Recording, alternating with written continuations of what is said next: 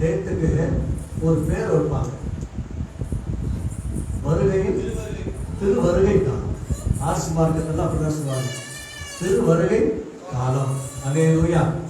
அப்ப இந்த காலத்துல பெரும்பாலும் என்னத்தை பார்ப்பாங்க அப்படின்னா, இயேசு கிறிஸ்து பிறந்ததை குறித்து பார்த்துட்டே இருப்பாங்க வருஷம் வருஷம். அல்லேலூயா, ஸ்தோத்திரம். கர்த்தருடைய நாமம் மகிமைப்படுவதாக. ஆனா நம்ம அப்படி பார்க்கறது இல்ல, நம்ம உயிர்த்த இயேசுவையே பார்க்கணும். அல்லேலூயா. யாரை பார்க்கலாம்? உயிர்த்த இயேசுவையே நம்ம பார்க்கணும். அல்லேலூயா. குழந்தை இயேசு பார்க்கிறவர்கள் அல்ல, நமக்காக ஜீவனை கொடுத்து மரித்து அடக்கம் பண்ணப்பட்ட 3ஆம் நாள் உயிரோடு எழுந்து சதாகாலமும் உங்களோடு இருக்கிறேன் என்று சொல்லி வாக்குத்தத்தம் பண்ணினவரை நம்ம பார்ப்போம். அல்லேலூயா. சரி, நம்ம எடுத்து வாசிப்போம். லூக்கா எழுதின சுவிசேஷம் 1ஆம் அதிகாரம்.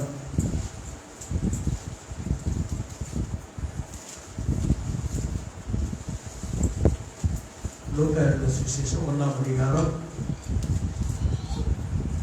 38வது வசனம்.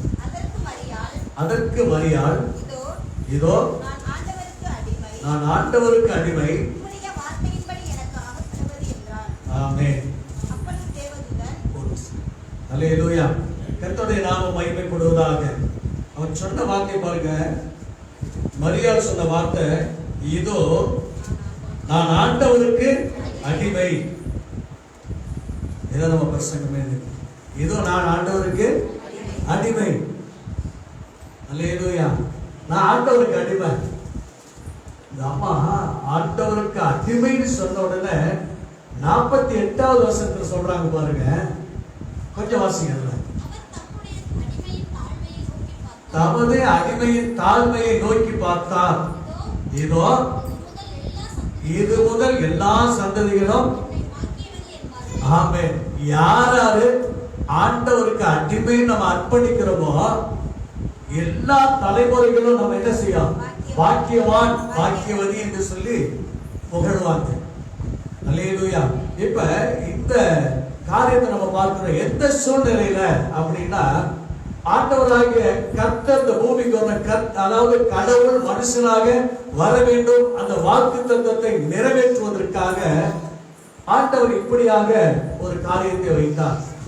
இதுக்கு முன்னாடி தேவனாகிய கர்த்தராகிய இயேசு கிறிஸ்து வர வேண்டும் என்று சொல்வதற்காக, அவருடைய வழிகளை சுத்தம் செய்வதற்காக, அதாவது செம்மையானவைகளை செம்மைப்படுத்த, கருத போதானவைகளை செம்மைப்படுத்தும்படியாக, தன்னுடைய வழியை ஆயத்தப்படுத்தும்படியாக ஆண்டவர் யார் முதல்ல அனுப்பினார் அப்படின்னு சொன்னால், யோவான் ஸ்நானகன். அல்லேலூயா. அப்ப மரியாளுக்கும் சகரியாவுக்கும் ஒரு வித்தியாசம் உண்டு. மரியாள் எத்தனை கேள்வி கேட்கிறாங்க பாருங்க தேவதூதனை பார்த்து. கொஞ்சம் வாசிப்போமா? 28. அவள் இருந்த வீட்டில் தேவதூதன் பிரவேசித்து, கிருபை பெற்றவளை வாழ்க, கர்த்தருடனே இருக்கிறார், ஸ்திரீகளுக்குள்ள நீ ஆசீர்வதிக்கப்பட்டவள் என்றான். அப்ப மரியாள் என்ன செய்யறாங்க பாருங்க, அவளோ அவனை கண்டு அவன் வார்த்தையினால் கலங்கி இந்த வார்த்தை எப்படிப்பட்டதோ என்று சிந்தனை பண்ணி கொண்டிருந்தாள். சிந்தனை. அடுத்த வசனம் சொல்லுது பாருங்க, தேவதூதன் அவளை நோக்கி, மரியாளே பயப்படாதே, நீ தேவனிடத்தில் கிருபை பெற்றாய், இதோ நீ கர்ப்பவதியாகி ஒரு குமாரனை பெறுவாய், அவருக்கு இம்மானுவேல் என்று பெயரிடுவாய். இயேசு என்று அறிஞர். அல்லேலூயா. ஆமென். கர்த்தருடைய நாமம் மகிமைப்படுவதாக. அப்ப இயேசு என்று பெயரிடுவாய். இயேசுனா என்ன அர்த்தம்? ஜனங்களின் பாவங்களை மீட்டு ரட்சிக்கிறவர். அல்லேலூயா. அப்படி சொல்லிட்டு அவருடைய காரியத்தை கர்த்தர் சொல்ற பாருங்க, அவர் பெரியவராய் இருப்பார், உன்னதமானவருடைய குமாரன் எனப்படுவார், கர்த்தராகிய தேவன் அவருடைய பிதாவாகிய தாவீதின் சிங்காசனத்தை அவருக்கு கொடுப்பார், யாக்கோபு குடும்பத்தை என்றென்றைக்கும் அரசாழ்வார், அவருடைய ராஜ்யத்துக்கு முடிவிராது அப்படின்னு சொல்றார். இந்த அம்மா உடனே அடுத்த வார்த்தை என்ன சொல்றாங்க பாருங்க, நானும் புருஷனை அறியேன். அப்ப தேவதூதன் சொல்றாரு பாருங்க, தேவதூதன் அதை பிரதித்திரமாக, பரிசுத்த ஆவி உன்மேல் வரும், உன்னதமானவருடைய பலம் உன்மேல் நிழலிடும். ஆதலால் உன்னிடத்தில் பிறக்கும் பரிசுத்தம் உள்ளது தேவனுடைய குமாரன் எனப்படும். ஆமென், அல்லேலூயா. இந்த காரியத்தை தான் சகரியாவும் சொல்லுவாரு. நான் கிழவனாச்சு, நாளை கிழவனாச்சு. அல்லேலூயா. எடுத்து வாசிக்கலாம், அதே வாசித்துக்கலாம். 18-20 வரைக்கும் கொஞ்சம் எடுத்து வாசிப்பீங்க. என்ன சொல்றேன் அப்படின்னா, அப்பொழுது சகரியா தேவதூதனை நோக்கி, எதனால் அறிவேன்? நான் கிழவனாய் இருக்கிறேன்.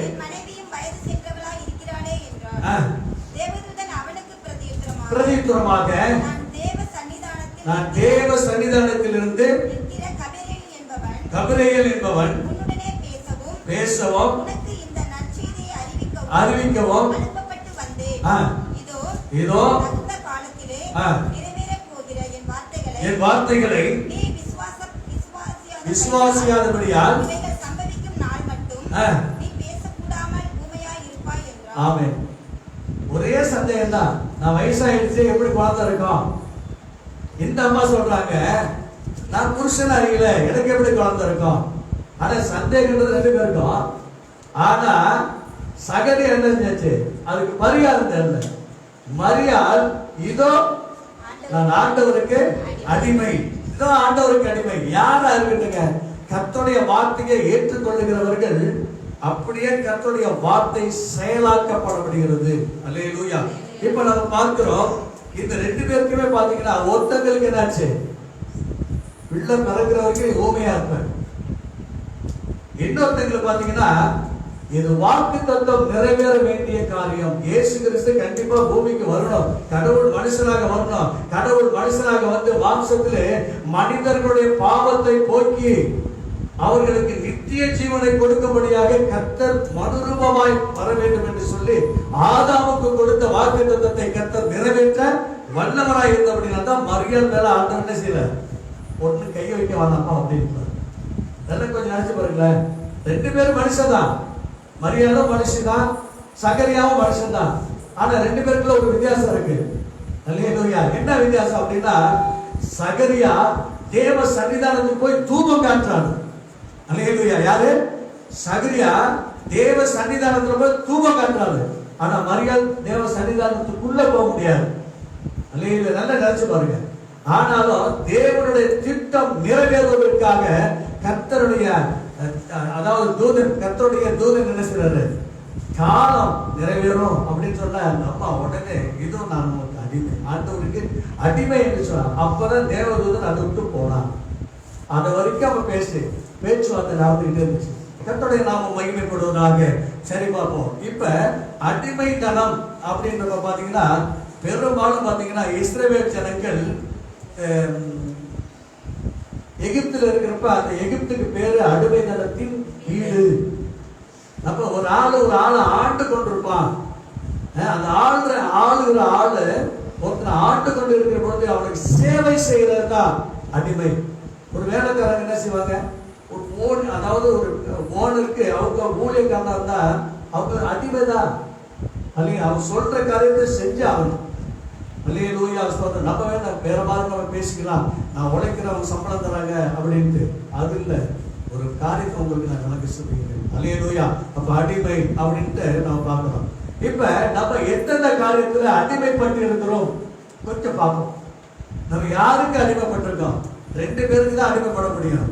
ஒண்ணு, தேவனுக்கு அடிமைப்பட்டிருந்தா அவருடைய வாக்குத்தத்தங்களை கைக்கொண்டு அவருடைய பிரமாணத்திலே கைக்கொண்டு மெய்தேவனாக இயேசு கிறிஸ்துவையும் அவர் அனுப்பின மெய்தேவனாகிய பிதாவையும் அவர் அனுப்பின குமாரனாக இயேசு கிறிஸ்துவையும் அறிவதே நித்திய ஜீவன் என்பதை நம்ம அறிந்து கொள்ள முடியும். அதே சமயத்துல உலகத்துக்கு அடிமை, இந்த உலகத்துக்கு அடிமைன்றது பிசாசுக்கு அடிமை.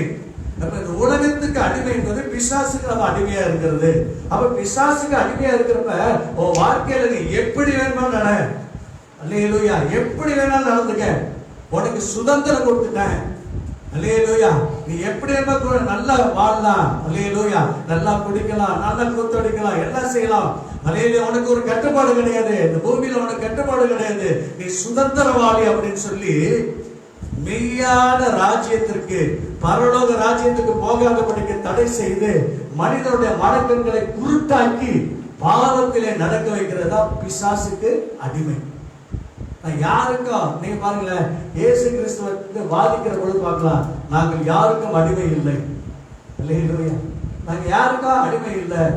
நாங்க ஆபிரகாம் குமாரன், ஆபிரகாமின் சந்ததி, நாங்க யாருக்கும் இல்லை அப்படின்னு சொல்லுவாங்க. அல்லேலூயா. யூதர்கள் சொல்லுவாங்க. ஆனா அவங்க கண்ணு என்ன இருக்கு? இருட்டா இருந்தது. தேவனாகிய இயேசு கிறிஸ்துவை தெரிந்து கொள்ள முடியவில்லை. அல்லேலூயா. கர்த்தருடைய நாமம் மகிமைப்படுவதாக. இப்போ ஒரு 7 காரியத்தை உங்களுக்கு சொல்ல ஆசைப்படுகிறேன். அல்லேலூயா, ஸ்தோத்திரம். முதல்ல, உலக வழிபாடுகளுக்கு நம்ம அடிமையா இருப்போம். உலக வழிபாடுகள். அல்லேலூயா. இப்போ உலக வழிபாடுகள் அப்படின்னா என்ன அப்படி நம்ம பார்க்க போறோம். கலாத்தியர் புஸ்தகம் கொஞ்சம் எடுத்துக்கொள்ளுங்கள். கலாத்தியர் புஸ்தகம் 4ஆம் அதிகாரம் 3ஆவது வசனம். கலாத்தியர் 4:3. அப்படியே நாமும் சிறு பிள்ளைகளாய் இருந்த காலத்தில் உலகத்தின் வழிபாடுகளுக்கு அடிமைப்பட்டவர்களாய் இருந்தோம். அல்லேலூயா. நாம் சிறு பிள்ளைகளாய் இருக்கிற போது, இதுல சிறு பிள்ளைகள் 60 வயசு ஆளுக்கு சிறு பிள்ளை தான். ஏன்னா ஆண்டவரை தெரிந்து கொள்ளவில்லை என்று சொன்னால் ஒண்ணு இல்லையே. அல்லேலூயா. வேதம் தெளிவா சொல்கிறது, நாமும் சிறு பிள்ளைகளாய் இருந்த காலத்தில் இவ்வுலகத்தின் வழிபாடுகளுக்கு அடிமைப்பட்டவர்களாய் இருந்தோம். அடுத்து பாருங்க 8வது வசனம். நீங்கள் தேவனை அறியாமல் இருந்தபோது சுபாவத்தின்படி தேவர்கள் அல்லாதவர்களுக்கு அடிமையாக இருந்தீர்கள். அல்லேலூயா. முதல்ல பாருங்க, உலக வழிபாடுக்கு அடிமை. நல்லா புரிஞ்சுங்க, இந்த உலக வழிபாடுகளுக்கு அடிமை.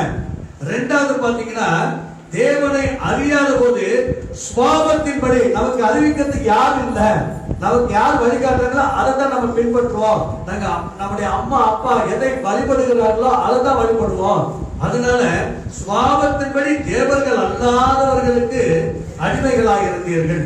3வது காரியம் 9வது வசனம். இப்பொழுதோ நீங்கள் தேவனை அறிந்திருக்க அல்லது தேவனால் அறியப்பட்டிருக்க பலனற்றதும் வெறுமையானதுமான அவ்வழிபாடுகளுக்கு நீங்கள் மறுபடியும் திரும்பி மறுபடியும் அவைகளை அடிமைப்படும்படி விரும்புகிறது எப்படி? நீங்க புத்தி தெரிஞ்சிட்டீங்க, நீங்க கடவுள் யாருன்னு தெரிஞ்சிட்டீங்க, கடவுள் யாரு தேவன் யாரு தெரிஞ்சுட்டு திரும்பவும் அந்த பழைய பழக்க வழக்கத்துக்கு நீங்க போறதுனால வேதனைப்படுறேன். அல்லேலூயா. எவ்வளவு வேதனை பாருங்க. அல்லேலூயா. அப்ப நம்ம இந்த உலக வழிபாடுகளுக்கு நம்ம அடிமையா இருக்கிறோம். நமக்கு தெரியுதோ தெரியலையோ, நம்ம பிறந்ததுல இருந்து வழிபட்ட காரியத்தை நம்ம வழிபட்டுக்கிட்டே இருக்கோம். அது என்னன்னு நமக்கு தெரியாது. நம்ம வழிபடுகிறது ஒரே காரியம். அல்லேலூயா, ஸ்தோத்திரம். அப்ப நம்ம புத்தி தெளிஞ்ச பிறகு தேவனை அறிந்து கொள்ள வேண்டும். அல்லேலூயா. நம்ம தேவனை அறிந்து கொள்றதுதான் இந்த பரிசுத்த வேதாகமம். 2வது காரியம், உலக வழிபாடுகள் இருந்து இந்த 3 காரியம். அடுத்து பாத்தீங்கன்னா, சாபத்துக்கு வரும் அடிமைதனம். ஒரு மனுஷனுக்கு சாபம் வந்துச்சுன்னா அது அடிமை. அல்லேலூயா. கொஞ்சம் நம்ம எடுத்து வாசிப்போம். ஆதியாகம புஸ்தகம் எல்லாருக்கும் தெரிஞ்ச காரியம் தான். 9ஆம் அதிகாரம் 25. நோவா கானான் சபிக்கப்பட்டவன்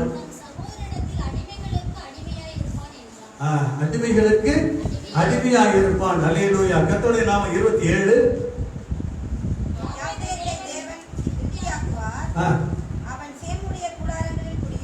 குடியிருப்பான். ஆமென். இப்ப பாருங்க, இது நோவா குறித்து சொல்லப்படுகிறது. நோவா ஆண்டோடைய திட்டத்தின்படி நடத்தி பெரிய பேழை உண்டாக்கி அதுல அவனுடைய பிள்ளைகள், அவனுடைய மருமக்கள், மனைவி எல்லாமே 8 பேர் உள்ள போயிட்டாங்க. இந்த உலகத்தினுடைய காரியத்திலிருந்து பாதுகாக்கப்பட்டாங்க. பாதுகாக்கப்பட்ட பிறகு அவங்க வெளியில வந்த பிறகு கர்த்தர் அவர்களை ஆசீர்வதித்தார், பெருக வைத்தார். அப்ப என்ன செஞ்சார்னா, திராட்சரசம் குடிச்சு மயங்கிட்டாரு, வெறிச்சு போய் நிர்வாணம் ஆயிட்டார். அத கானான் என்கிற ஆள் என்ன செஞ்சான் பார்த்துட்டு, அவர் சும்மா இருந்தாலும் பரவாயில்ல, அந்த நிர்வாணத்தை ஓடினாலும் பரவாயில்ல, சகோதரன் சொல்றான். ஒரு தவறு ஒரு ஆள் செஞ்சுட்டா அது நம்மளால திருத்த முடிஞ்சா திருத்திடணும். அப்படி இல்லை அப்படின்னா அவங்கள பத்தி 4 பேர்ட்ட 4 விதமா சொல்றது. அடுத்தவங்களை பத்தி அதாவது குற்றப்படுத்தவும் கூடாது, குறைப்படுத்தவும் கூடாது. இப்ப நான் ஒரு பாவம் செய்யறேன்னா என் பாவத்தை யார் பார்த்துட்டு இருக்கா? தேவன் பார்த்துட்டு இருக்காரு. அல்லேலூயா சொல்றான். அப்ப என்ன கண்டிப்பா அப்ப நான் ஒரு பாவம் செஞ்சுட்டேன்னா இந்த பாவத்தை பாஸ்டர் அப்படி செஞ்சாரு, இப்படி செஞ்சாரு அப்படின்னு போய் சொல்லிட்டு, இந்த பிரதர் அப்படி நடந்தாரு, இந்த பிரதர் அப்படி நடந்தாரு, இந்த சிஸ்டர் இப்படி போட்டவங்க அப்படி சொல்ற வார்த்தையை விட்டுருக்கு. அல்லேலூயா. என் தேவன் நினைக்கிறதெல்லாம் அவர் தான். அல்லேலூயா. அவங்களுக்காக நம்ம என்ன ஜெபம் பண்றோம்? ஒரு ஆள் குடிக்கிறாரு, ஒரு ஆள் வேஷம் பண்றாங்க, அவங்களுக்காக நம்ம என்ன செய்யறோம்? ஜெபம் பண்றோமா? ஜெபம் பண்ண முடியாத நீ அடுத்த ஒரு குற்றவாளி ஆக்காத. அதுதான் கர்த்தர் வேதத்தில் தெளிவா சொல்லப்பட்டிருக்கு. ரோமர் 2ஆம் அதிகாரம் 1-2. மற்றவர்களை குற்றவாளி ஆக்குறத நீ கொஞ்சம் வாசிக்க ரோமர். ஆகையால் மற்றவர்களை குற்றவாளியாக தீர்க்கிறவனே நீ யாரானாலும் போக்கு சொல்ல உனக்கு வழி இல்லை. எவைகளோ நீயே செய்கிறபடியால்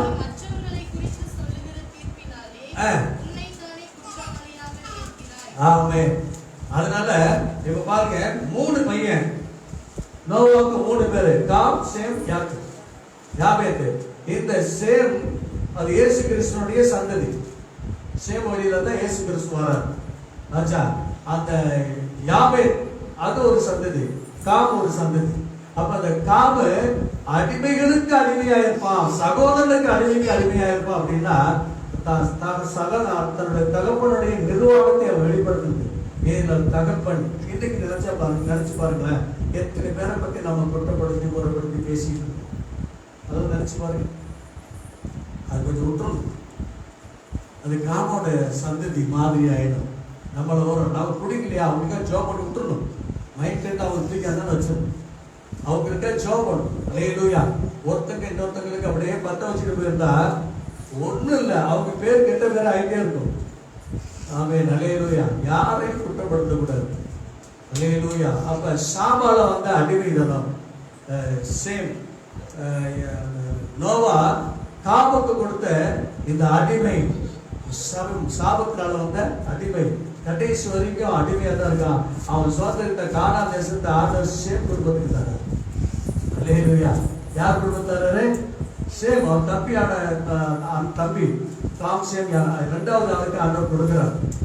பாருங்க, கானான் தேசம் ஃபுல்லாவே அவங்களுடைய ஆளுகையில் இருந்துச்சு. ஆண்டவர் எல்லாத்தையும் மாற்றி போட்டார். அது சாபத்தினால வந்த அடிமை. 3வது காரியம் எடுத்துக்கொள்வோம்.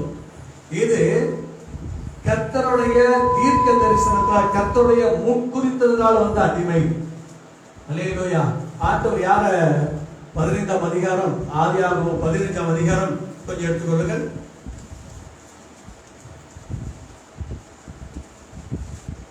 13வது வசனத்தை வாசிங்க. ஆபிரகாமை நோக்கி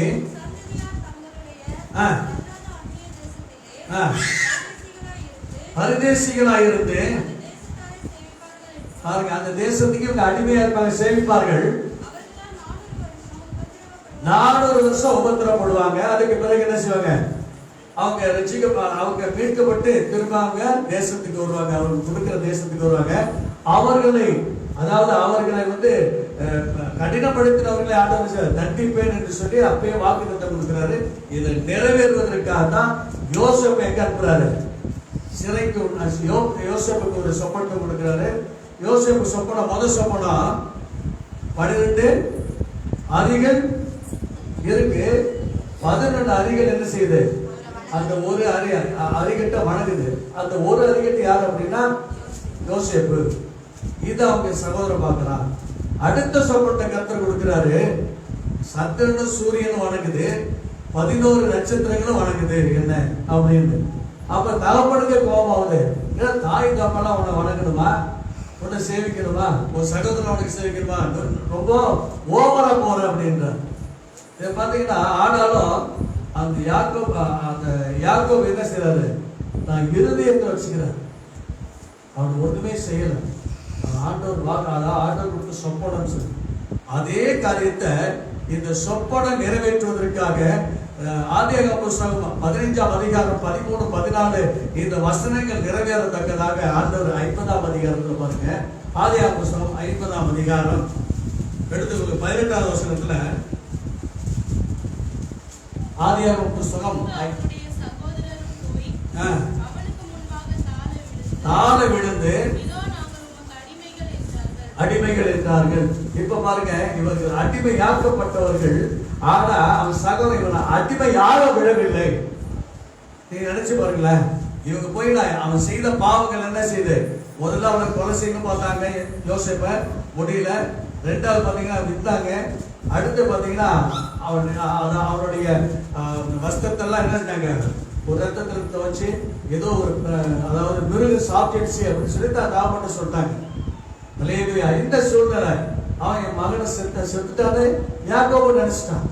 ஆனா இவனுடைய காரியத்தை பாத்தீங்கன்னா அவன் சொப்பன நிறைவேறத்தக்கதாக கர்த்தருடைய வசனம் அவனை உடமிட்டது என்று சொல்லி எதுல ஒரு எபிரேயர் வரும். எபிரேயர் 11ஆம் அதிகாரத்தில் கர்த்தர் சொல்வார் வசனம் போடப்பட்டது. ஆனா இவ்வளவு காரியங்கள் அவன் என்ன செஞ்சான், ஜெயில போட்டாங்க, செய்யற தப்புக்கு ஜெயில போட்டாங்க, எல்லாத்தையும் செஞ்சாங்க. ஆனா கர்த்தர் அவனோடு இருந்தபடினால திரும்ப ஒரு சொப்பனத்தை கொடுத்து அந்த சொப்பனம் அந்த பாரம் ராஜாவுக்கு கொடுத்து அவனே என்ன செய்யறான், ஆளுட்டு அனுப்பி அவன் சிறையை மாற்றி கொண்டு வரான்.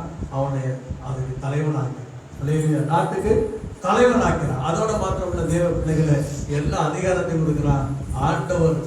இங்கே அவங்க இருக்கின்ற தேசத்துல பஞ்சத்தை உண்டாக்குறார், பஞ்சம் படைக்க போறாங்க.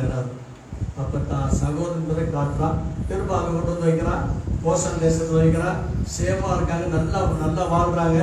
திரும்ப யாக்கோபு இறந்து போன பிறகு தகப்பன் இருக்கிற வரைக்கும் நமக்கு நல்ல உறவு இருக்கியா, தகப்ப போனா என்ன செய்யுது அப்படின்னு பார்த்து நேரம் எல்லாரும் 11 பேரும் பிள்ளை குட்டிகளோட என்ன செய்யறாங்க, வந்து அவன் காலில் இருந்து இதை நான் அடிமை அப்படின்னு. ஆனா அவன் ஆண்டவருடைய வசனம் அவனை புடமிட்டபடினாலே எவ்வளவு உபத்திரவத்துக்கு யோசேப்பை ஒப்பு கொடுத்தாலும் யோசேப்பு பாத்தீங்கன்னா ஆண்டவர் என்னை முன்குறித்து நீங்க உயிர் நீச்சி பெறும்படியாக என்னை இந்த எகிப்து தேசத்துக்கு அனுப்பினாரு, நான் உங்களையும் உங்க பிள்ளைகளையும் பாதுகாப்பேன்னு சொல்லி பிராமிஸ் பண்றான். அல்லேலூயா. இது பாத்தீங்கன்னா சொப்பனத்தின் மூலமா கர்த்தருடைய வார்த்தை நிறைவேறும்படியாக சில சமயத்தில் சில பேரை அடிமையாக்குவார். அல்லேலூயா. சில சமயத்தில் பாருங்க, பணமே நம்ம கையில கிடைக்காது. நாளைக்கு பணம் வேணும் அப்படின்னு நம்ம கை கிடைக்காது. உடனே நம்ம என்ன செய்வோம், அக்காலைப்பா இல்ல உட்காந்து ஜாப் பண்ணு, அல்லையில உட்காந்து ஜாப் பண்ணு. நான் ஒவ்வொரு காரியத்தையும் ஜாப் பண்ணதுதான். அல்லையில 17 லட்சம் நமக்கு சந்திக்கப்பட்டிருக்கு. இந்த 17 லட்சம் சந்திக்கப்பட்டது ஜபம் தான். அல்லையில எல்லாம் ஜபம் தான். கர்த்தருடைய நாமம் மகிமைப்படுவதா, அவர் பெரியவர், அவரால் முடியாத காரியம் ஒன்று இல்லை. அல்லேலூயா. பாருங்க, நாளைக்கு 1.5 லட்சம் கொடுக்கணும், பணம் இருக்கு, அதை சேர்த்து கொண்டு போய் கொடுக்கணும், என்னால முடியல. நான் போய் யார்கிட்ட கேட்க ஆசைப்படவும் இல்லை. நான் கேட்கிற ஒரே ஆள் தான், தேவன்கிட்ட தான் உட்காந்துருக்கேன். அல்லேலூயா. அவர் யார்கிட்ட பேசுறாரு என்ன பேசுறாரு எனக்கு தெரியாது. நாளைக்கு பணத்தை கொடுக்க அவர் வல்லமை உள்ள தேவனா இருக்கிறார். அல்லேலூயா. விசுவாசமா அப்படி இருக்கணும். அப்ப யோசேப்பை ஆண்டவர் கொண்டு போய் அங்க வச்சது அவருடைய திட்டம். இவர்கள் என்ன செஞ்சாங்க, இவங்க செய்த பாவத்தை அந்த இடத்துல அறிக்கையிடணும். அல்லேலூயா. அந்த இடத்துல அறிக்கையிடணும். அப்ப யோசேப்பை உண்மையுள்ளவன் என்று சொல்லி ஆண்டவர் அதை காட்டணும். இது என்னால ஆன காரியம் அப்படின்னு சொல்லி இவன் வந்து காலைல எல்லாரும் வந்து நான் உங்களுக்கு அடிமைன்னு சொல்றப்ப கூட இப்படி எல்லாம் சொல்லாதீங்க, நான் உங்க சகோதரன், உங்க பிள்ளைகளையும் உங்க மனைவி பிள்ளைகளை நான் பாதுகாக்கிறேன் அப்படின்னு சொல்லிட்டு இது உங்களை உயிர் மீட்சி அடைவதற்காக கர்த்தர் என்னை கொண்டு வந்து வைத்தார். அல்லேலூயா. ஜெயில போட்டு கொலைசியத்துக்கு ஏற்பாடு பண்ணி இவ்வளவு காரியத்தையும் மன்னிச்சு அவன் சொல்றான். இதை கர்த்தரால் உண்டு பண்ண ஒரு அகமீதனம். 3வது காரியம் பாத்தீங்கன்னா, 4வது காரியம் பாவத்துக்கு அடிமை. அல்லேலூயா. ஆண்டவர் தெளிவா சொல்வாரு. யோவான் சுவிசேஷம் 8ஆம் அதிகாரம் எடுத்துங்க. யோவான் 8:33-34. யோவான் 8ஆம் அதிகாரம். அவருக்கு பிரதியுத்தரமாக நாங்கள் ஆபிரகாமின் சந்ததிகளாய் இருக்கிறோம், அடிமைகளாய் இருக்கவில்லை. அதுக்கு இயேசு பிரதியுத்தரமாக பாவம் செய்கிறவன் எவனோ பாவத்துக்கு அடிமையா இருக்கிறான் என்று மெய்யாகவே மெய்யாகவே உங்களுக்கு சொல்லுகிறேன். ஆமென். பாவம் செய்யறவன் பாவத்துக்கு அடிமை. நீங்க நினைச்சு பாருங்களேன், சிகரெட்டை குடிச்சுட்டு இருக்காங்க, திடீர்னு நிப்பாட்ட சொன்னா என்னால முடியல, அடிமை. தண்ணி அடிக்கிறாள், என்னால அடிக்க முடியாம நிக்க முடியல, ஏன்னா அடிமை. பொய் சொல்ற ஆளுக்கு பொய் சொல்லாம இருந்தா அது இருக்க முடியாது, பொய் சொல்லிட்டே இருப்பான், ஏன்னா அது பொய் சொல்ற ஆளுக்கு அடிமை. குறை சொல்ற ஆளு குறை சொல்லிட்டே இருப்பாங்க, ஏன்னா அது வந்து குறை சொல்ற ஆவிக்கு அடிமை. ஒவ்வொரு காரியத்துக்கும் அடிமை தளத்தின் ஆவி. அப்ப உன்னை சுயாதீனமா இருக்க முடியாதபடிக்கு, கர்த்தருக்கு அடிமையாக ஆகாதபடிக்கு, அந்த பிசாசு தனக்கு அடிமையாக வைத்துக் கொண்டு ஒவ்வொரு காரியத்தையும் செய்வோம். ஒவ்வொரு காரியத்தையும் நம்ம பாவத்துக்கு அடிமை, விபச்சாரத்துக்கு அடிமை, பொய் சாட்சிக்கு அடிமை. 10 கட்டளைகளை பாருங்க, அதுபடி நடக்கலன்னா அதுக்கு அடிமை, அந்த ஆவிக்கு அடிமை. அல்லேலூயா. விக்கிரகத்துக்கு அடிமை, வேசித்தனத்துக்கு அடிமை, அப்புறம் வந்து பொய் சாட்சிக்கு அடிமை, இச்சைக்கு அடிமை, இச்சை அதுக்கு அடிமை. இவன் தண்ணி போடுறாங்க, தண்ணி போடாம இருந்தா கை நடுக்கும், என் கை நடுக்குது, கொஞ்ச நாள் இராடின்னு போய் போட்டுறது, போட்டா நான் தெரிஞ்சு. அல்லேலூயா. இது அடிமைத்தனத்தின் ஆவி. நம்ம இதுல பார்க்கணும், பகுத்து பார்க்கணும், நம்ம எதுல இருக்கிறோம், எந்த அடிமையில இருக்கிறோம். அடிமைத்தனத்தில் இருக்கிறோமா? சில பேர் வந்து பாத்தீங்கன்னா கடன் வாங்குற ஆட்கள்லாம் பாத்தீங்கன்னா கடன் வாங்காம இருக்கவே முடியாது. ஏன்னா கடன், அந்த கடன் வாங்கினாதான் அந்த ஆவி விடும். கடன் வாங்குறது கூடாது, வேதத்துல சொல்லப்பட்டிருக்கு. அல்லேலூயா. கடன் வாங்க கூடாது. கொடுங்க கடன் வாங்கின, கடன் கொடுத்தவன் வாங்கினவன், வாங்கினவன் கடன் கொடுத்தவனுக்கு அடிமை. பாருங்க, கிளீனா போட்டுருக்கு, வேதத்துல போட்டுருக்கு. சில பேர் அந்த பணம் நமக்கு கையில இருக்கணும் அப்படின்ட்டு, நான் எனக்கு தெரிஞ்ச ஒரு நபர் இருக்காங்க. இல்லையா, நான் அங்கிருந்த வந்தேன். நான் அவங்களால என்ன செய்ய முடியாது, பணம் வாங்காம இருக்க முடியாது. பணம் நிறைய இருக்கும் வீட்டுல, ஆனா பணம் வாங்கிட்டே இருப்பாரு. அது ஏன் அப்படின்னா, அதுல ஒரு என்ன அப்படின்னா, இன்னைக்கு 10,000 வாங்குறேன்னு வச்சுக்கேன், 1000 எடுத்துவாங்க, அது சுலோகத்தை போயிடுவான். அதுக்கு வட்டி பார்த்தீங்கன்னா 13% வரும், 13க்கு மேல வரும். அது அவங்களுக்கு தெரியாது, டெய்லி கட்டிக்கிறதுனால. இதெல்லாம் அடிமைத்தனத்தின் ஆவி. கடன் வாங்காதீங்க, ஆண்டவர்கிட்ட ஜெபம் பண்ணுங்க. ஆண்டவரே, பட்டினியா இருந்தாலும் நீங்க எனக்கு சாப்பாடு போட்டதான், நான் கடன் வாங்க மாட்டேன். கேட்டு பாருங்க, ஆண்டவர் நிச்சயமா வாய்க்கப்படுவார். அல்லேலூயா. நமக்கு கொஞ்சம் கஷ்டம் வந்தாவே என்ன செஞ்சோம், கடன் வாங்குறோம். அப்படி கடன் வாங்க கூடாது. முடியாத பட்சத்துக்கு ரொம்ப தலை போற காரியமா உட்காரு, ஆண்டவர் பாத்திரம் உட்காரு. ஆண்டவர் நீங்க கொடுத்தாலும் கொடுக்காவிட்டாலும் நான் உங்க பிள்ளை, நான் பட்டி அந்த எனக்கு ஒன்றும் கவலை இல்லை, என்னை உண்டாக்கிற உங்க தான் கவலை சொல்லி பாருங்க. ஆண்டவர் வாய்க்க பண்ணுவாங்க. சில பேர் என்ன செய்வாங்கன்னா, கடன் வாங்கி வீட்டுல வந்து பெரிய, அதாவது நல்ல வசதியான பொருள் எல்லாம் குவிச்சு வச்சிருவாங்க. கடன் வாங்கி டிவி வாங்குறது, ஃப்ரிட்ஜ் வாங்குறது, அப்புறம் பெரிய கார் வாங்குறது, அது வாங்குறது, இது வாங்க, எல்லாம் கடன்லே போயிடும். அல்லேலூயா. பாருங்க, இதெல்லாம் கடனே வாங்காதீங்க. ஆட்டோட்ட கேளுங்க, ஆட்டோ நல்லா கார் கொடுங்க, ஆட்டோ கண்டிப்பா கொடுப்பாரு. அவர் நமக்கு கொடுக்காம அவர் யாருக்கு கொடுப்பாரு, நம்ம நினைச்சு பாருங்க. அல்லேலூயா, ஸ்தோத்திரம், அல்லேலூயா. அப்ப கடன் வாங்குறதுல ஒரு அடிமைத்தனம், இதை வாங்காம இருக்க முடியாது. அதே மாதிரி வெறும் சாப்பிட்டுட்டே இருக்கணும்னு நான் சொல்றேன். அந்த ஹோட்டலில் நல்லா இருக்கு, இந்த ஹோட்டலில் நல்லா இருக்கு, சம்பாதிக்கிறதெல்லாம் ஹோட்டல்லே கொடுத்துருவாங்க, வீட்டில் சமைக்க மாட்டாங்க. அங்கே இல்லை. இதெல்லாம் பார்த்தீங்கன்னா அடிமைத்தனத்தின் ஆவி. ஒரு பிரயாசத்தை, ஒரு கையின் பிரயாசத்தை என்ன செய்யுது, பிசாசு நஷ்டமாக்குது. ஒரு கையின் பிரயாசங்கள் ஆசீர்வதிக்கப்படும் ஆண்டவர் சொல்றாரு. ஆனா நம்ம என்ன செய்யறோம், இப்படிப்பட்ட காரியத்தில் நம்முடைய காசை விரயமாக்கிறோம். அல்லேலூயா. கர்த்தருடைய நாமம் மகிமைப்படுவதாக. ஆமென். அல்லேலூயா சொல்றார். ரோமருக்கு எழுதின நிருபம் கொஞ்சம் எடுத்துக்கோங்க. 6ஆம் அதிகாரம், ரோமருக்கு எழுதின நிருபம் 6ஆம் அதிகாரம் 17 இருந்து வாசிக்கலாம்.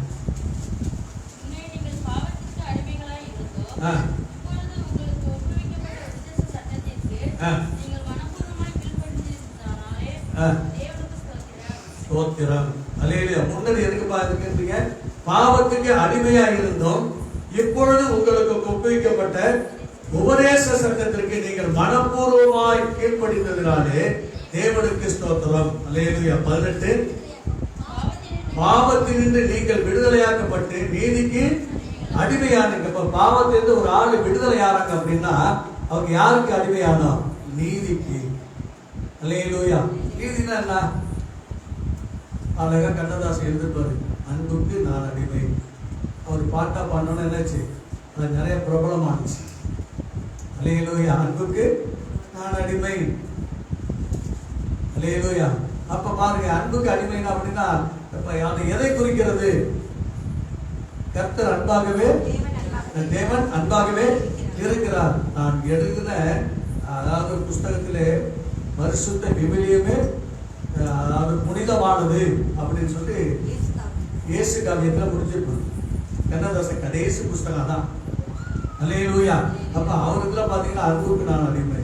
நிறைய பைபிள்லாம் புரட்டி நிறைய இருக்கு. அவர் பாட்டெல்லாம் பாத்தீங்கன்னா நிறைய பைபிள் வேர்ட்ஸ் நிறைய வரும்.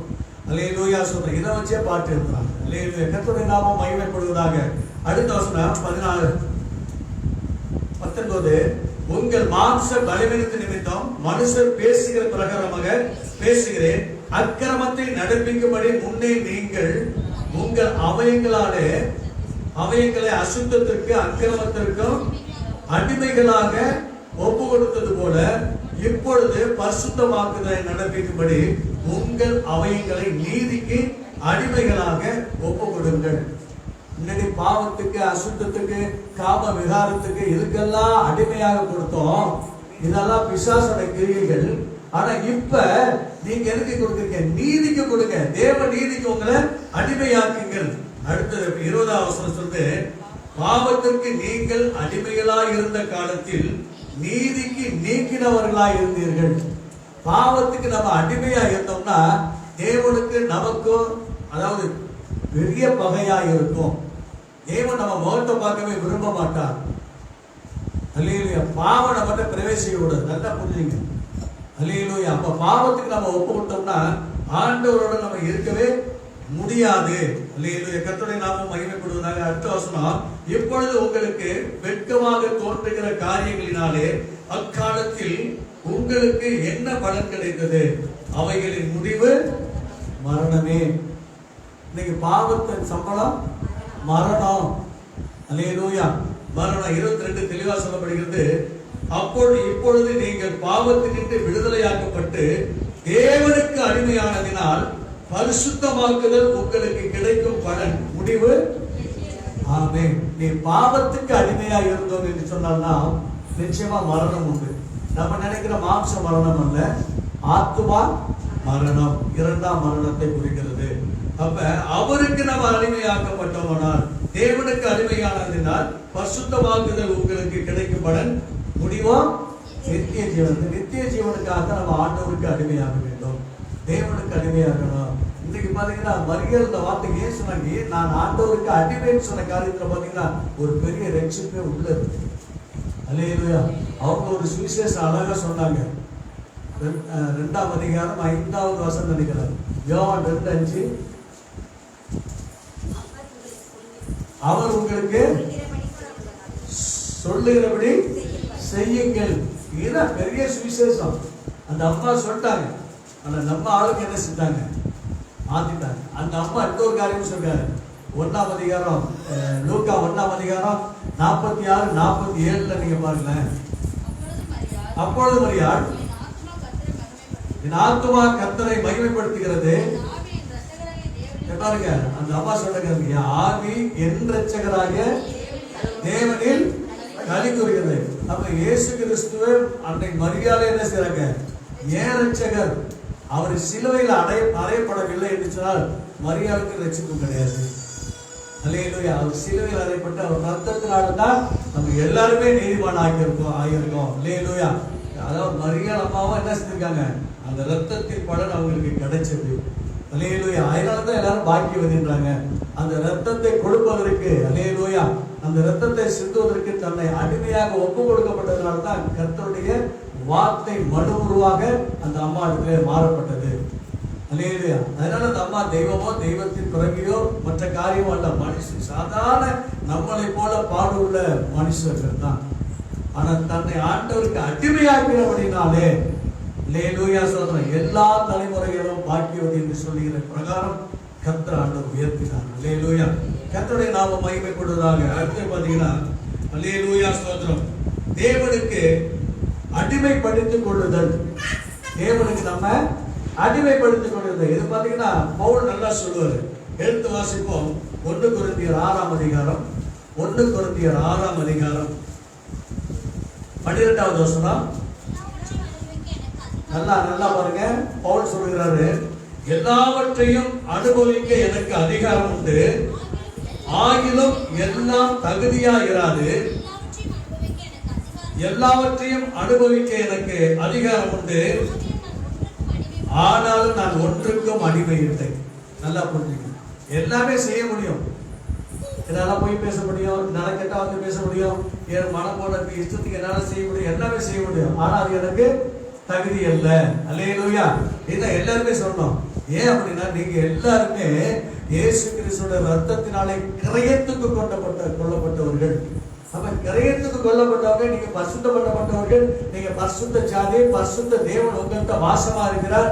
அப்படின்றப்போ உங்களுக்கும் பாவத்துக்கும் சம்பந்தமே இருக்கக்கூடாது. பாவத்துக்கு அடிமையா இருக்கிறத நீக்கிட்டு எல்லாமே எனக்கு உண்டு, எல்லாமே எனக்கு செய்ய எனக்கு உள்ள அதிகாரம் இருக்கு. ஆனா எல்லாம் தகுதி அல்ல. அல்லேலூயா. எல்லாம் தகுதி அல்ல. அல்லேலூயா ஸ்தோத்திரம்.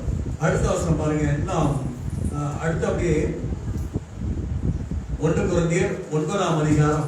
1 கொரிந்தியர் 9ஆம் அதிகாரத்துங்க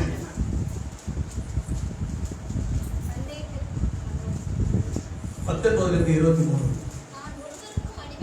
நான் ஒருவருக்கும் அடிமைப்படாதவனாய் இருந்தும் நான் அதிக ஜனங்களை ஆதாயப்படுத்திக் கொள்ளும்படிக்கு. ஆமென். ஆண்டவருக்காக எல்லாவற்றுக்கும் அடிமையானேன்னு சொல்லு. யாரை வேணும் நான் ஆதாயப்படுத்தணும், யாரையும் நான் ஆதாயப்படுத்தணும், அப்ப நான் ஆண்டவருக்கு அடிமை. அடுத்த வசனம் சொல்லு, யூதரை ஆதாயப்படுத்திக் கொள்ளும்படிக்கு யூதருக்கு யூதரை போலவும் நியாயப்பிரமாணத்துக்கு கீழ்பட்டவர்களை ஆதாயப்படுத்துவதற்கு நியாயப்பிரமாணத்துக்கு கீழ்பட்டவரை போலவும் ஆனேன். நியாயப்பிரமாணம் இல்லாதவர்களை ஆதாயப்படுத்திக் கொள்ளும்படிக்கு அவர்களுக்கு நியாயப்பிரமாணம் இல்லாதவனை போலவும் ஆனேன். அப்படி இருந்தோம் நான் தேவனுக்கு முன்பாக நியாயப்பிரமாணம் இல்லாதவனாய் இராமல் கிறிஸ்துவின் பிரமாணத்துக்கு உள்ளவனாய் இருக்கிறேன். அல்லேலூயா. நம்ம யாரை ஆதாயப்படுத்திக் கொள்ளணும்? அப்ப அது மாதிரி முன்னாடி சுவிசேஷ ஊழியத்துக்காக இதுக்கு போவோம், வேத ஊழியத்துக்கு போவோம். அங்க போனோம்னா மாம்சத்தின்படி என்ன செய்வோம்? அங்க போனோம்னா அங்க ஏதாவது நம்ம குறித்து பேசு, எங்களுக்கு நீங்கெல்லாம் சொந்தக்காரங்க தான் அப்படின்ற மாதிரியே பேசு. எங்க போனாலும் ஒவ்வொரு காரியத்தை விட்டு போட்டு போறப்ப இந்த கிராமத்துக்கு கூட நீங்க எங்க சொந்தக்காரங்க அப்படின்றது, அங்க போனா சொந்தக்காரங்க அப்படி ஒவ்வொரு காரியத்தை சொன்னாங்க. ஆனா சொந்தவர்கள் வந்தவர்கள் ஒண்ணுமே இருக்காது. ஆனா எப்படியாவது கர்த்தருக்கு அவர்களை சொந்தப்படுத்துவதற்கு இப்படிப்பட்ட காரியத்தை நம்ம செய்யறோம். பவுல் அதான் செஞ்சாரு. அடுத்த வருஷம் சொல்லப்படுகிறது, பலவீனனை ஆதாயப்படுத்திக் கொள்ளும்படி பலவீனனை போலவும் எப்படியாகிலும் சிலரை ரட்சிக்கும்படிக்கு நான் எல்லாருக்கும் எல்லாமானேன். சுவிசேஷத்தில் நான் உடன் பங்காளியாவது அது நிமித்தமே இப்படி. ஆமென். நான் எப்படியோ ஆண்டவரை ஆதாயப்படுத்தணும், எப்படியோ ஆண்டவருடைய சுவிசேஷம் ரீச் ஆகணும், எப்படியோ தேவனுடைய சுவிசேஷம் எல்லாருக்கும் போகணும். அப்ப நான் என்ன செய்யணும்? என்னை எல்லாருக்கும் அடிமையாகணும். சில சமயத்துல சுவிசேஷம் சொல்றப்போனா நம்ம போய் நினைக்கிற மாதிரிலாம் இல்லை.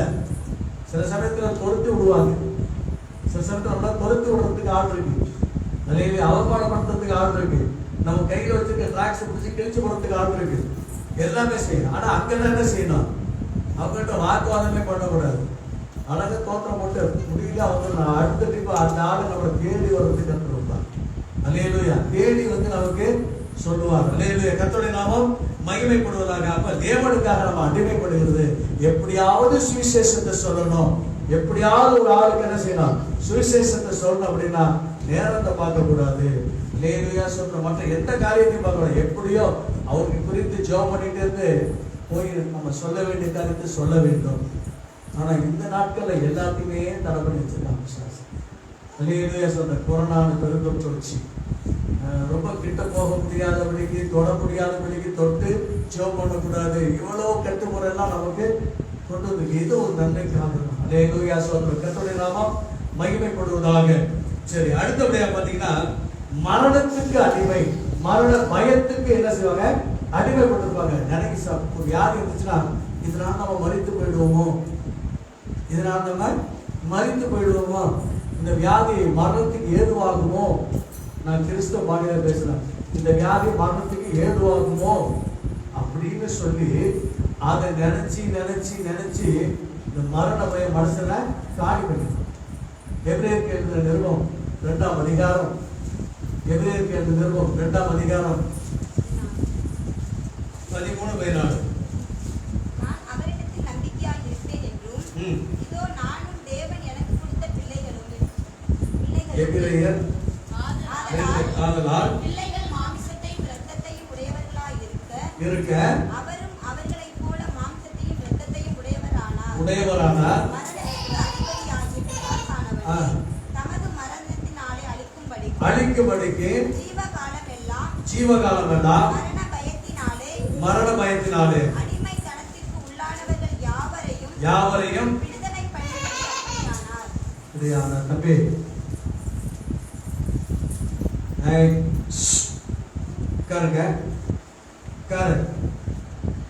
உட்காரலாம், சத்தம் வரக்கூடாது.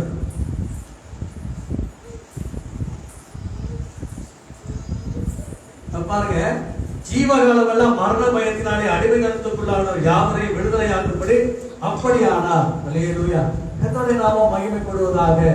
அப்ப மரண பயம் ஒரு மனுஷனுக்கு வந்துச்சுன்னா நிம்மதியாவே சாப்பிட முடியாது. எதை சாப்பிட்டாலும் ஒரு மாதிரியா போயிடும். எது சாப்பிட்டாலும் உடம்புறது ஒட்டாது. ஏன் அப்படின்னா என்னைக்கு மரணம் வருமோ, இந்த வியாதி மரணத்துக்கு ஏதுவா இருக்குமோ.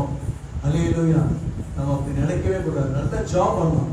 அல்லேலூயா, உனக்காக 2000 ஆண்டுகளுக்கு முன்பாக போற குருசிலே 6 மணி நேரம் தொங்கின கர்த்தர் நிச்சயமாக உன்னுடைய பாவங்களுக்காக அடிக்கப்பட்டார், உன்னுடைய அக்கிரமங்களுக்காக நொறுக்கப்பட்டார், உனக்கு சமாதானம் உண்டு பண்ண வாக்கின அவர் மேல வந்தது, அவருடைய தழும்புகளால சுகமானவங்க என்று சொல்லி ஏசாயா தீர்க்கதரிசி 53:5 தெளிவா ஆண்டவர் சொல்லியிருக்கார். அல்லேலூயா. அப்ப நம்ம அந்த பயம் வரும், ஆனா அந்த பயத்தை கொண்டு வரவன் பிசாசு. மரண பயத்தின் அடிமையில் இருந்தவர்களுக்காக அவர் இப்படி ஆனார் என்று சொல்ல முடியும். அல்லேலூயா, ஸ்தோத்திரம். அல்லேலூயா. 7வது காரியம், அல்லேலூயா, ஸ்தோத்திரம். இயேசு கிறிஸ்து நமக்காக அவர் அடிமையானார். அல்லேலூயா, இயேசு கிறிஸ்து நமக்காக அடிமையானார். எடுத்து வாசிப்போம். பிலிப்பியருக்கு எழுதின நிருபம் 2ஆம் அதிகாரம் 7வது வசனம். தம்மை தாமே வெறுமையாக்கி, ஆமென், அல்லேலூயா, தம்மை தாமே அடிமையாக்குகிறார். தம்மை தாமே அடிமையாக்குற ஒரு அனுபவம். அல்லேலூயா. நீ பாருங்க, இயேசு கிறிஸ்து யார் அப்படின்னா சர்வ வல்லமையுள்ள தேவன். அல்லேலூயா, சர்வ வல்லமையுள்ள தேவன். மனுஷரை ரட்சிப்பதற்காக பரலோகத்திலிருந்து அவர் பூமிக்கு மனுஷனாக வந்தார். அது மனுஷ நீதியின்படி வந்தாரு. தேவ நீதியின்படி அவர் எடுத்துக்கொள்ளப்பட்டார், மரணத்திலிருந்து உயிர்த்தெழுந்தார். நல்லா புரிஞ்சுங்க. அப்ப இயேசு கிறிஸ்து குறித்து நம்ம பார்க்கிறப்ப அவர் தேவனுடைய ரூபமாய் இருந்தோம், தேவனுக்கு சமமாய் இருப்பதை கொள்ளையாடின பொருளாய் இல்லாமல் தம்மை தாமே தாழ்த்தி, தம்மை தாமே வெறுமையாக்கி அடிமை ரூபம் எடுத்து மனுஷ சாயலானார். மனுஷ ரூபமாக காணப்பட்டு மரண பரியந்தம், அதாவது சிலுவை மரண பரியந்தமும் கீழ்ப்படிந்தவராகி தம்மை தாமே தாழ்த்தினார். பாருங்க, எவ்வளவு பெரிய காரியம் நமக்காக கர்த்தர் செய்தது. தம்மை தாமே தாழ்த்தினார். ஆதலால் எல்லாவற்றிற்கும் மேலாக அவரை உயர்த்தி இயேசுவின் நாமத்தில் வானோர் பூதலத்தோர் எல்லாருடைய முழங்கால்களும் தேவனுக்கு மகிமையாக இயேசு கிறிஸ்து கர்த்தருக்கும் நாவுகள் யாவும் அறிக்கைப்படும்படிக்கும் எல்லா நாமத்திற்கு மேலான நாமத்தை அவருக்கு தந்தருளினார். பாருங்க, அவருக்கு நமக்காக அடிமையானார், அடிமை ரூபமானார், அடிமைப்பட்டார், நமக்காக அடிக்கப்பட்டார், நமக்காக பாதிக்கப்பட்டார், நமக்காக பிக்கப்பட்டார், நமக்காக காரி ஊறப்பட்டார், நமக்காக கன்னத்தில் அறையப்பட்டார், நமக்காக சொல்றாரு. அவர் ஒரே வார்த்தை சொன்னா போதும், அல்லேலூயா, எல்லாம் ஒன்று நாம போவோம். ஆனா நீங்களும் நாமும் பிசாசுக்கு அடிமையாகாதபடிக்கு அவன் நம்மை பரலோகத்துக்கு கொண்டு போக வேண்டும் என்று சொல்லி, நம்மை நித்திய ஜீவனுக்கு கொண்டு போகப்படி தம்மை தானே அடிமையின் ரூபமாக இந்த பூமிக்கு வந்தான். அல்லேலூயா, ஸ்தோத்திரம். இப்ப அடிமை என்னன்னு தெரியுங்களா? அல்லேலூயா, அடிமை என்பது நீங்க எடுத்து வாசிக்கிறேன். ஒரு வசனத்தை உங்களுக்கு சொன்ன யாத்ரா புஸ்தகம் 21ஆம் அதிகாரத்திற்கு, யாத்ரா புஸ்தகம் 21ஆம் அதிகாரம்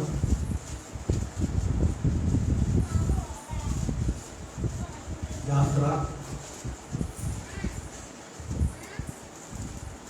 21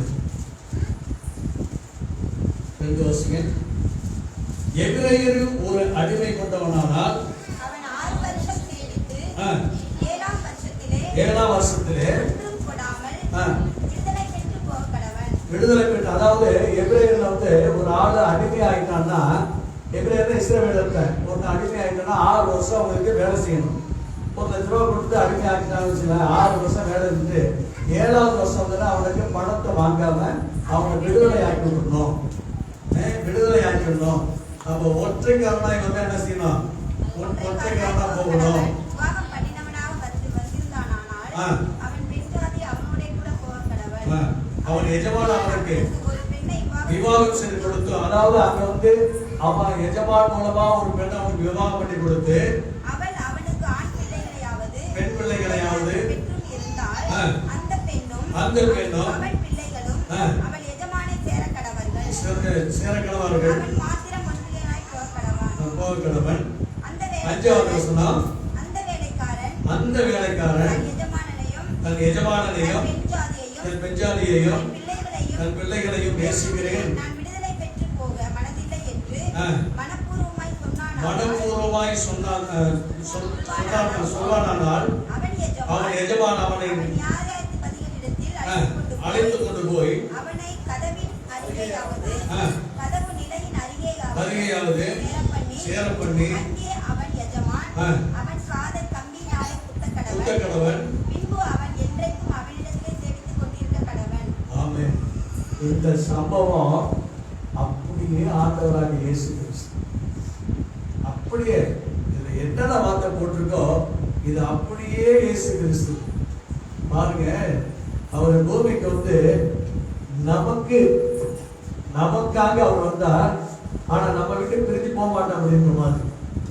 இதோ உலகம் முடிவடைந்து சகல நாட்கள் அவங்களோட இந்த அடிமை நான் எஜமான நேசிக்கிறவனா இருக்கான் ஒரு காரியம், நம் மனைவியை நேசிக்கிறவனா இருக்கான், திருச்சபை கர்த்தர் நேசிக்கிறார். அல்லேலூயா. தேவன், அல்லேலூயா, பிதாவாகிய தேவனை அவர் நேசிக்கிறார். அடுத்தது மனைவி அப்படின்னு பார்க்கிறப்ப திருச்சபை மனைவியை மனவாட்டியை நேசிக்கிறார். பிள்ளைகள் அவர் நம்ம ஞானஸ்தானம் எடுத்த நம்ம எல்லாரையும் தனிப்பட்ட முறையில பிள்ளைகள் நேசிக்கிறவரா இருந்தபடினால்தான் அவர் என்ன செய்யறாரு? தன்னை சிலுவை மரணத்துக்கு ஒப்பு கொடுத்தார். அப்ப காதுல மட்டும் ஓட்ட போட்டாங்க. உங்களை என்னைய ஆண்டவர் ஆசீர்வதிப்பதற்காக 5 காயம் 5 ஓட்டைய போட்டுட்டார். அல்லேலூயா. 1 ஓட்டை 2 ஓட்டை இல்ல, 5 ஓட்டை. இன்னைக்கு பாத்தீங்கன்னா மாடோ ஆடோ நமக்கு லோன்ல கொடுக்குறாங்கன்னா என்ன செய்வாங்க? பட்டன் போட்டு விடுவாங்க, ஓட்டை போட்டு விடுவாங்க. அல்லேலூயா சொல்றோம். நம்ம ஆண்டவர் அது இருக்காங்க. நமக்காக சிலுவையில கோர குரிசில 5 காயங்களை அவர் ஏற்றுக்கொண்டார். அல்லேலூயா.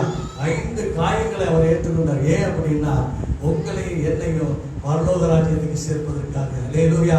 உங்களை என்னையும் பரலோக ராஜ்யத்துக்கு அவர் சேர்த்துக் கொள்ள வேண்டும் என்று சொல்வதற்காக தான் அவர் 5 காயம் அவர் ஏற்றுக்கொண்டார். பிரியமானவர்களே, நீங்க நினைச்சு பாருங்க, நம்ம பாவத்துக்கு அடிமையில் இருக்கமா? பிதாவாகிய தேவனுக்கு அடிமையா இருக்கமா? நீதிக்கு அடிமையா இருக்கமா? இயேசு கிறிஸ்துக்கு நம்ம அடிமையா இருக்கமா? நம்ம எதுக்கு அடிமையா இருக்கோம்? கொஞ்சம் நினைச்சு பார்ப்போம். அல்லேலூயா சோதரர். இயேசு நமக்காக சிலுவையிலே அல்லேலூயா சோதரர் பலியானார். நமக்காக சாபமானார். நம்முடைய சாபம் அவர் மேல வந்தது. அல்லேலூயா சோதரர். நம்மளை மீட்பதற்காக, நம்மளை ரட்சிப்பதற்காக, நம்மளை பரலோகம் செய்வதற்காக கர்த்தர் நம்ம என்ன செய்யறாரு? அல்லேலூயா ஏற்றுக்கொண்டு இருக்கிறார். அந்த தெய்வம் நமக்கு பிரசன்னமாக இருக்கிறார். அவர் முகத்தை நோக்கி பார்ப்போமா? அந்த தெய்வத்துடைய முகத்தை நோக்கி பார்க்குமா, அவர் பெரியவராக இருக்கிறார். ஹல்லேலூயா. 1 கொரிந்தியர் 7ஆம் அதிகாரம் கொஞ்சம் எடுத்துவோம். 1 கொரிந்தியர் 7ஆம் அதிகாரம் 23ஆவது வசனம். 1 கொரிந்தியர் 7:23. நீங்கள் கிரயத்துக்கு கொல்லப்பட்டீர்கள், மனுஷர்களுக்கு அடிமைகளாக இராதிருக்கிறீர்கள். அல்லேலூயா, ஸ்தோத்திரம். பாருங்க, நீங்கள் கிரயத்துக்கு கொல்லப்பட்டீர்கள், மனுஷருக்கு அடிமைகள் ஆகாதீர்கள். மனுஷனுக்கு அடிமையாக கூடாது. அல்லேலூயா. நீங்கள் நானும் ஆண்டவராகிய இயேசு ரத்தத்துக்கு, அவர் ரத்தத்தினாலே கிரயத்துக்கு கொல்லப்பட்டிருக்கோம். தேவ பிள்ளைகளை கொஞ்சம் யோசனை பண்ணி பாருங்க. இந்த நாள் வரைக்கும் நம்ம யாருக்கு அடிமையா இருக்கோம்? அல்லேலூயா. சொல்றதுனால நம்ம யாருக்கு அடிமையா இருக்கிறோம்? கொஞ்சம் ஆண்டவரை நோக்கி பார்ப்போம். அப்படியே முழங்கால் படி, ஆண்டவரே நான் யாருக்கு அடிமையா இருக்கேன்? அல்லேலூயா, ஸ்தோத்திரம். ஹல்லேலூயா, ஹல்லேலூயா. நான் யாருக்கு ஆண்டவரே நான் அடிமையா இருக்கேன்? ஹல்லேலூயா, ஹல்லேலூயா. நான் உங்களுக்கு தான் ஆண்டவரே அடிமையா இருக்கிறோம். ராஜாதி ராஜாவே, நாங்கள் உங்களுக்கு அடிமையா இருக்கிறோம் ஆண்டவரே. ஹல்லேலூயா. துதிக்கிறோம் ஆண்டவரே, நாங்கள் துதிக்கிறோம். ஆமென். ஹல்லேலூயா, ஹல்லேலூயா. ஸ்தோத்திரம்.